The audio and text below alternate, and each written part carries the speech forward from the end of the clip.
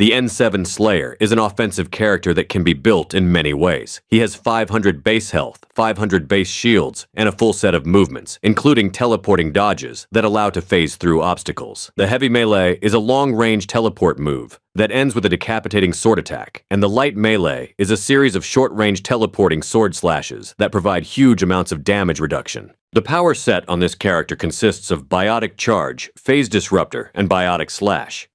When attempted, Biotic Charge will try to find a suitable exit point next to the enemy in the player's direction. This process is sensitive to lag and congestion in front of the targeted enemy, and may often fail in these conditions. Once successful, Biotic Charge will launch the player towards the target, create a damaging shockwave at the exit point, restore the player's barriers, and give 50 points of damage reduction for 4 seconds. Despite appearing like a smooth movement, Biotic Charge actually teleports the player to the exit point at the end of the casting animation. Thus, it is possible to be already dead by the end of the pretend travel animation, especially if charging before shield gate is refreshed. Biotic Charge can detonate combos of all kinds. On rank 4, we choose between allowing charge to hit 2 more targets within a 2-meter radius, or giving the power more force and damage. On rank 5, a temporary damage bonus post-charge is picked, either a substantial bonus to weapon damage, or an even larger and longer bonus to power damage. The pick on rank 6 is between a 50% chance of not triggering a cooldown, and increasing the barrier restoration from 50% of the total to 100% of the total. Radius is the correct pick on rank 4, and barrier restore is recommended for nearly all purposes on rank 6. The rank 5 choice depends on the goal of the whole build.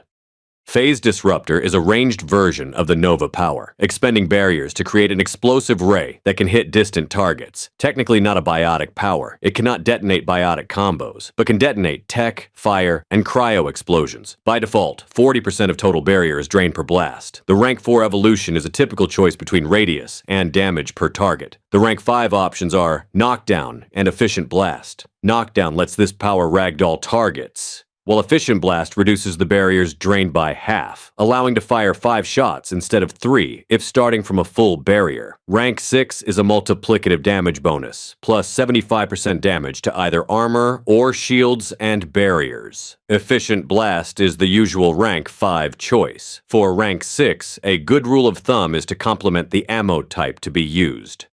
Biotic Slash is an upscaled version of Shockwave, with more damage, more range, and a larger hit cap, although at the expense of a much longer casting animation. The evolutions are self-explanatory. Damage versus radius on rank 4, combo damage versus recharge speed on rank 5, damage versus range on rank 6. All the evolutions make sense, assuming the player is willing to invest points into this power. The passive power can increase the power damage by up to 45%, and it's very important to take at least one power-boosting evolution on rank 4 or 5 so that Biotic Charge can hit the 1000 newtons force threshold that allows to stagger phantoms and dragoons on gold and platinum. The fitness power can increase health and shields by up to 65%, or melee damage by up to 170%.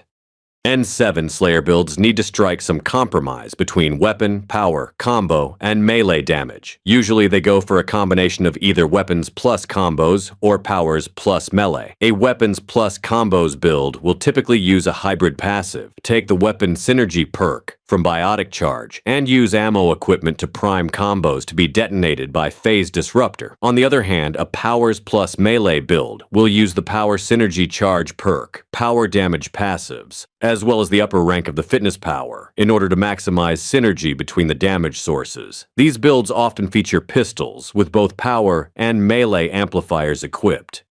While spamming Biotic Slash through walls isn't terrible, it's the builds that are focused on synergizing Biotic Charge and Phase Disruptor that shine the most. A build that's based on weapons and combos will try to cast as many Phase Disruptor shots as possible in order to detonate more combos. A build that's based on powers and melee will stay close to the enemy and charge as much as possible for shield restore. In any case, there's a lot of wiggle room to adjust attack patterns depending on conditions such as enemy type or difficulty. Maxing out Biotic Charge is absolutely required, and it's strongly recommended to put at least 5 ranks into Phase Disruptor. When not going for a full Biotic Slash build, it's fine to leave that power on rank 3, or skip it altogether. Geth Scanner is typically the gear bonus to be used on this class. The armor bonus will most likely need to be a cyclonic modulator, though power amplifiers are worth trying when reasonable. The weapon setup needs to be kept light to prevent long charge cycles. Example setups: Wraith with Smart Choke, High Velocity Barrel and Disruptor ammo, Talon with Heavy Barrel, Melee Stunner and Armor Piercing ammo, Eagle with Power Magnifier, Melee Stunner and Armor Piercing ammo. As mentioned, this class is sensitive to lag and should be played on host. Closed maps, such as Glacier, are preferred.